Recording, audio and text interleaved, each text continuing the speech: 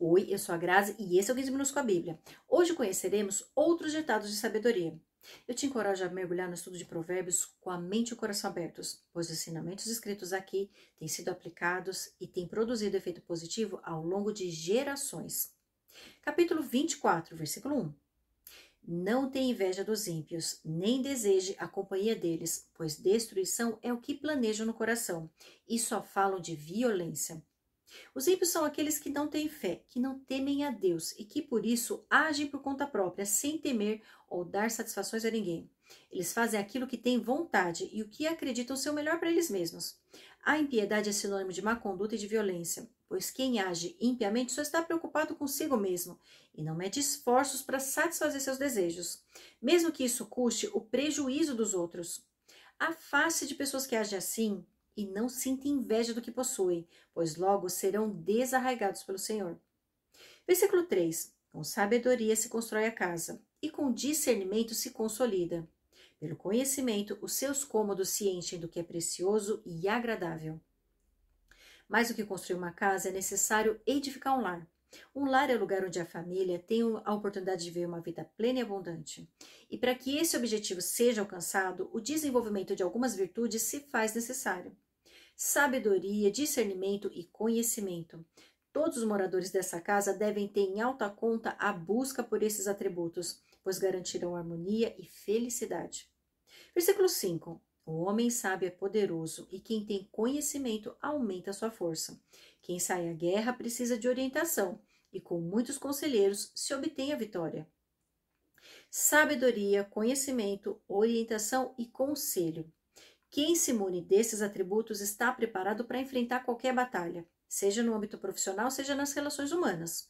Quem investe tempo e atenção para se equipar com esse armamento estará protegido contra as investidas do inimigo.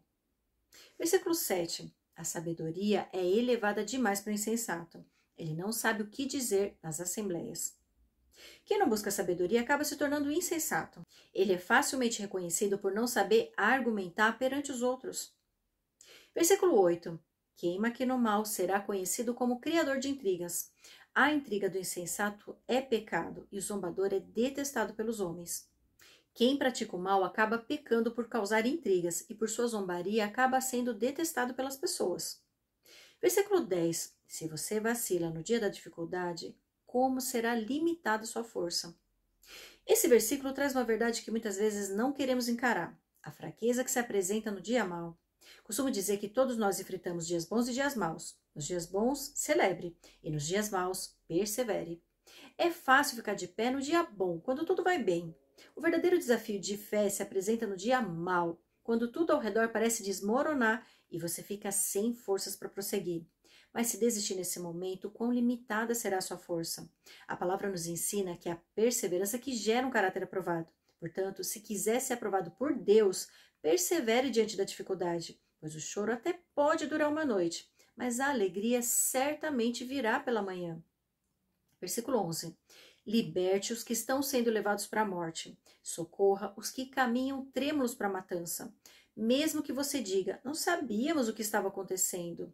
Não o perceberia aquele que pesa os corações? Não o saberia aquele que preserva a sua vida? Não retribuirá ele a cada um segundo o seu procedimento? Aqui estamos falando sobre o pecado da omissão.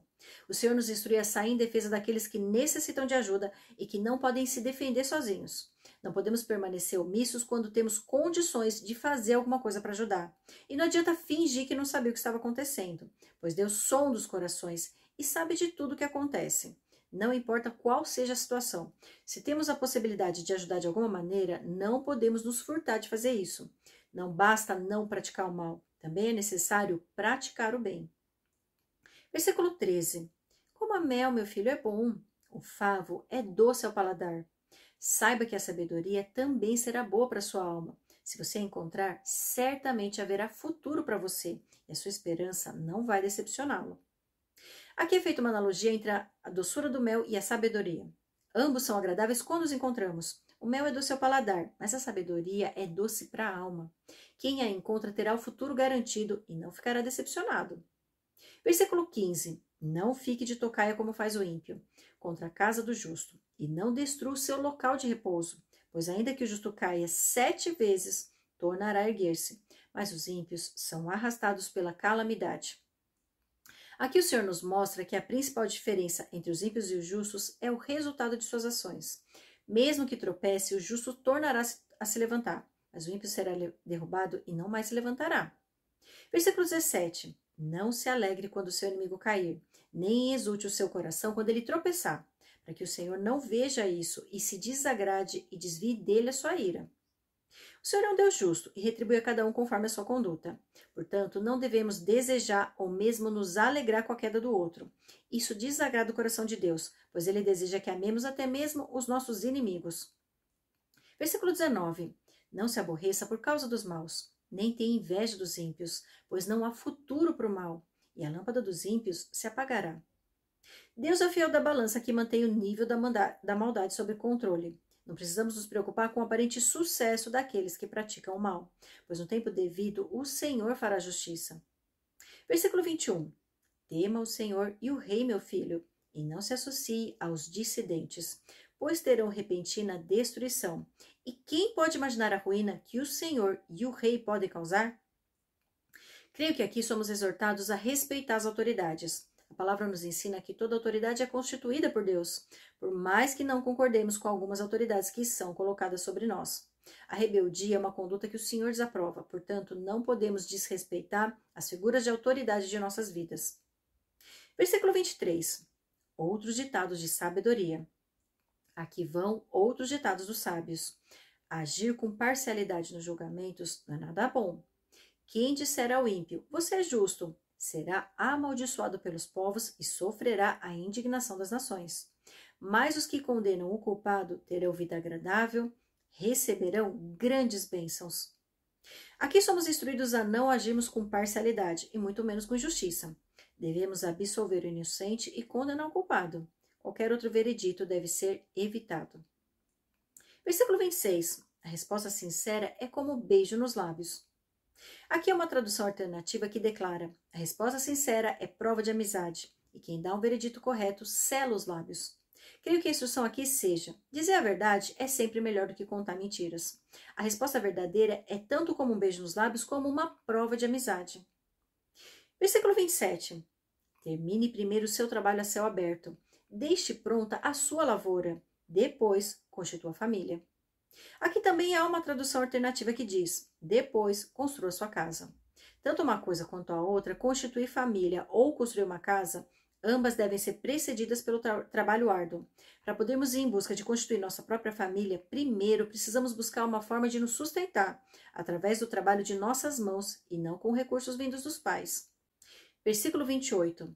Não testemunhe sem motivo contra o seu próximo, nem use os seus lábios para enganá-lo. Não diga: farei com ele o que fez comigo. Ele pagará pelo que fez. Não devemos usar nossa boca para amaldiçoar, enganar e nem causar o mal do próximo. Qualquer mau uso das nossas palavras será cobrado pelo Senhor. Versículo 30. Passei pelo campo do preguiçoso, pela vinha do homem sem juízo. Havia espinheiros por toda parte. O chão estava coberto de ervas daninhas e o muro de pedra estava em ruínas. Observei aquilo e fiquei pensando. Olhei e aprendi essa lição. Vou dormir um pouco, você diz. Vou cochilar um momento. Vou cruzar os braços e descansar mais um pouco. Mas a pobreza lhe sobrevirá como um assaltante e a sua miséria como um homem armado. Para finalizar o estudo de hoje, temos novamente a advertência contra a preguiça. Ela é um mal sorrateiro que se infiltra vagarosamente. Começa com o adiamento de uma tarefa aqui e outra acolá. E quando nos damos conta, o dia se foi e nada de bom foi produzido pelas nossas mãos.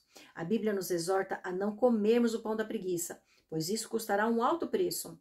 Quando menos esperarmos, a pobreza e a miséria virão repentinamente. E não será uma surpresa, porque não podemos colher aquilo que nos plantamos. Tome cuidado com o mal da procrastinação.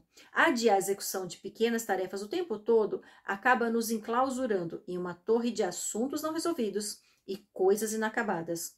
Desordem, desorganização, bagunça e falta de planejamento são lugares onde o diabo se instala. Não permita que esse invasor sorrateiro tome conta da sua vida e te impeça de realizar o propósito que Deus tem para você.